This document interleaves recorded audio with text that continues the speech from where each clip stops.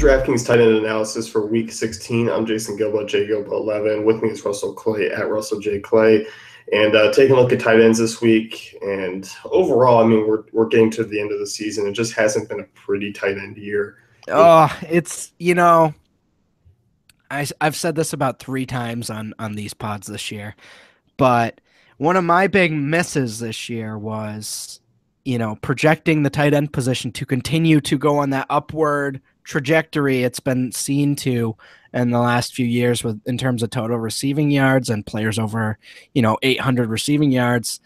That took a turn for just an epic worst. This is probably the worst the tight end position has been in like 10 years. So that's pretty rough.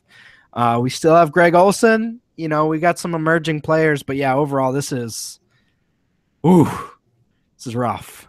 Yeah, it has not been a fun year. And I mean, Olsen, your top cash game tight end this week, expected to play despite the non-practicing this week.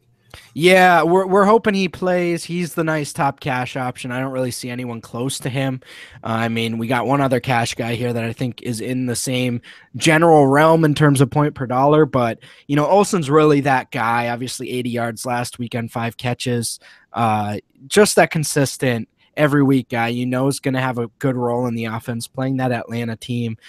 Big point total projected for him, projected for 14.82 in our projections. Just really everything adding up at a pretty reasonable price. I'm in. Yeah, I am too.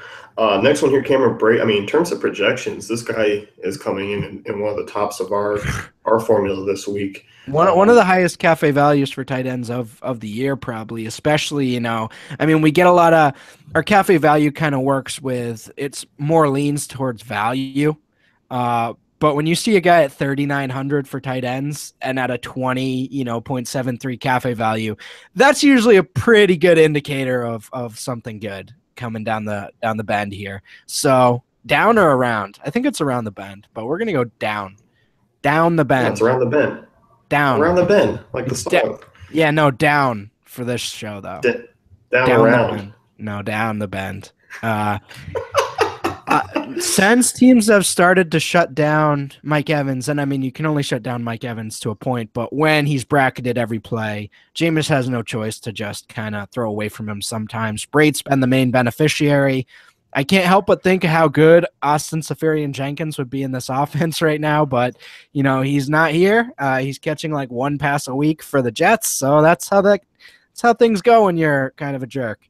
3,900 against the Saints team should be a shootout. I mean, I don't see how you avoid Brate in at least tournaments. Yeah, I mean, at the price tag, it's really hard not to. I mean, not priced really that highly. A good correlation play for any stacks that you're using this week. GPP tight ends, and we'll kind of talk about this one as a whole because we're looking at a couple of guys that are probably on the hinging point with injuries this week.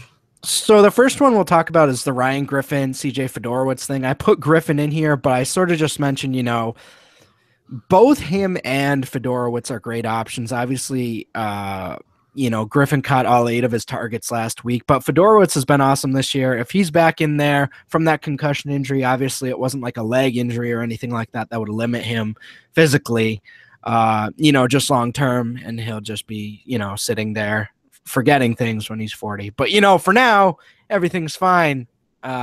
So either one that's in with price included is certainly viable. I like both of those, with Macho Man Randy Savage, Tom Savage, in there. I think we're going to see an uptick in production. Even if he throws interceptions, even if he's inefficient, it's going to be better than Brock. So certainly looking at both those guys depending on who plays. Jack Doyle, if you want to throw a punt in and you're making an Andrew Luck lineup, which I'm going to be making a lot of tournament and tournament lineups with him and Breeze, Jack Doyle is certainly viable. Depends on if Moncrief plays or not. If Moncrief does play, I think you're kind of nudging Doyle out of your lineup construction. But I don't know. It depends. Against this Oakland team, I think Doyle's become a fairly consistent part of this offense. So someone to at least look towards. As far as other options, I mean, if you're playing Monday night slates, I think Eric Ebron is someone you can consider, which seems strange. But he's actually been, fairly consistent with his target share. Obviously, you haven't had the results, but I think, one receiving touchdown, and on a week like this, I think you're looking at a pretty decent advantage. I just don't love paying up this week, other than Olsen. I just think it's really, you're kind of forced to play Brait, and not that it's a bad thing. I just it's going to be a really volatile week, and I don't love it overall. What are your thoughts? Yeah, I'm certainly in agreement. I mean, it is. One guy I kind of like in GPPs is Jared Cook this week. Interesting Oh, guy. I that's a might good toss that. call. Yeah, I like him. Obviously 80 yards last week. I think Xavier Rhodes, good corner. You're the cornerback guy, so Xavier Rhodes is good, correct? Hashtag good.